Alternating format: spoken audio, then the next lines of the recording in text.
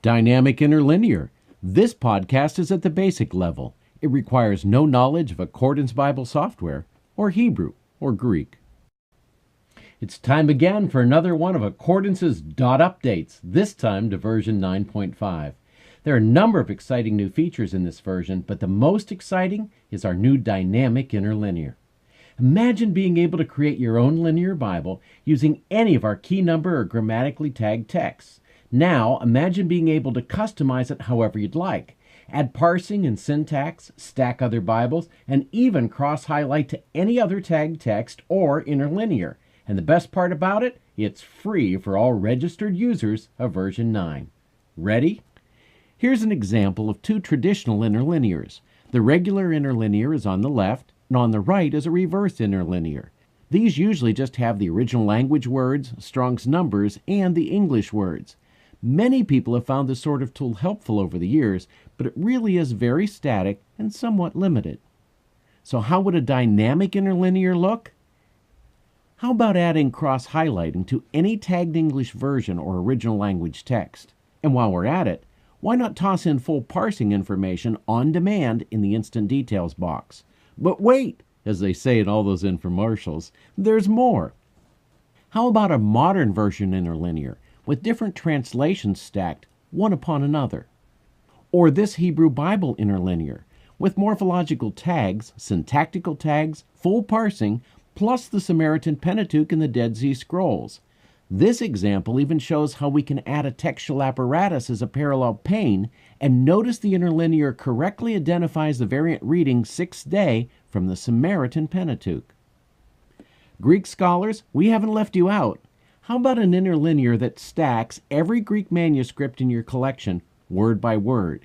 It makes comparisons like this possible. Notice this arrangement also places the CNTTS apparatus at the bottom. Would something like this help you in your research?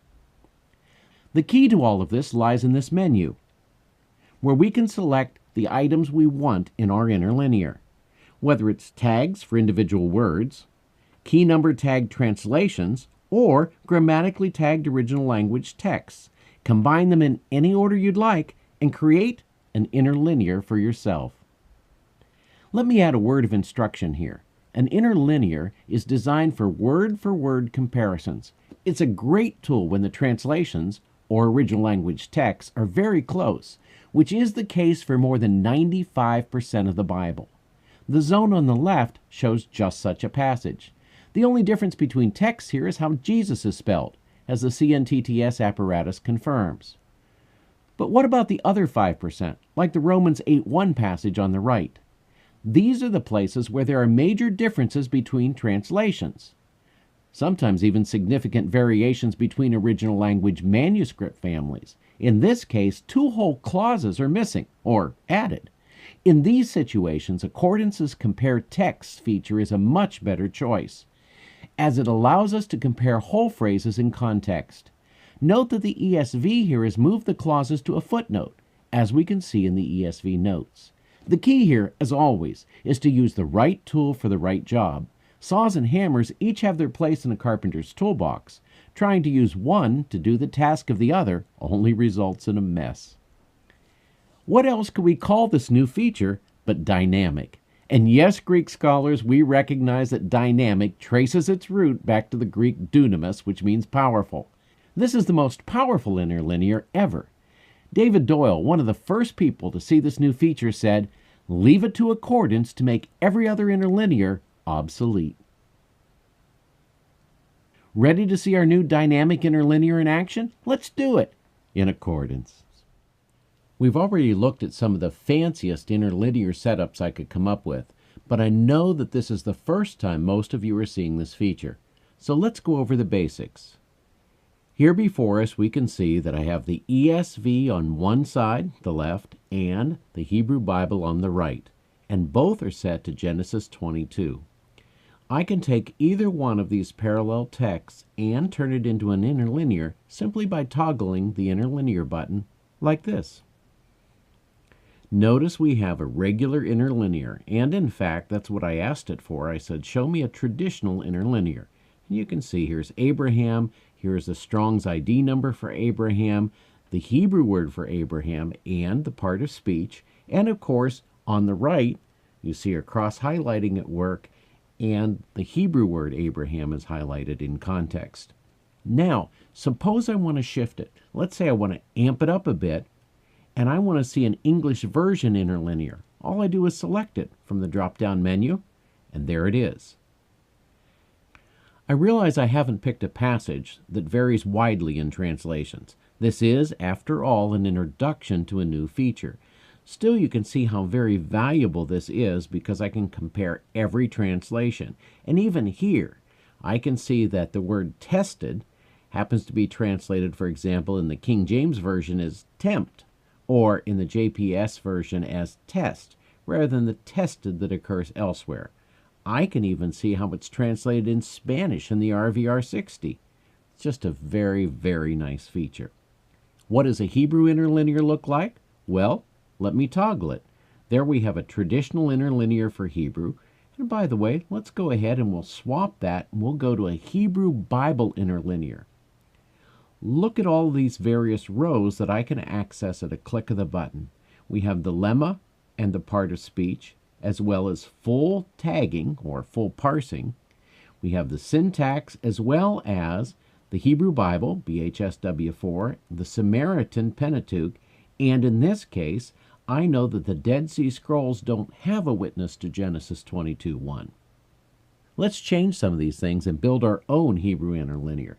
Let's say that I'm really interested in learning how to pronounce Hebrew better. I'll select word transliteration and get rid of the lemma here. And let's say I don't really care about the tagging. And I'll also get rid of part of speech and syntax. Now there I have a perfect reader. And you'll notice that underneath each and every Hebrew word is how to pronounce it in English. How do I save that? I simply go down here under Manage Interlinears to Save as New Interlinear, and I put, why not, Practice Hebrew. And I click OK. When I click Show again, notice that the Practice Hebrew appears right in my list of saved interlinears. I'll go down to the bottom, and let's say that I prefer to have all my Hebrew interlinears in the same place. I'll just move it right next to my Hebrew Bible by clicking this up button, like I just did. I'll click OK, and now I've saved it. You'll notice now it appears directly next to the Hebrew Bible interlinear.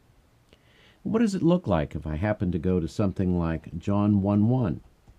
I know you Greek students are just really excited about this. I'll switch to the Greek New Testament.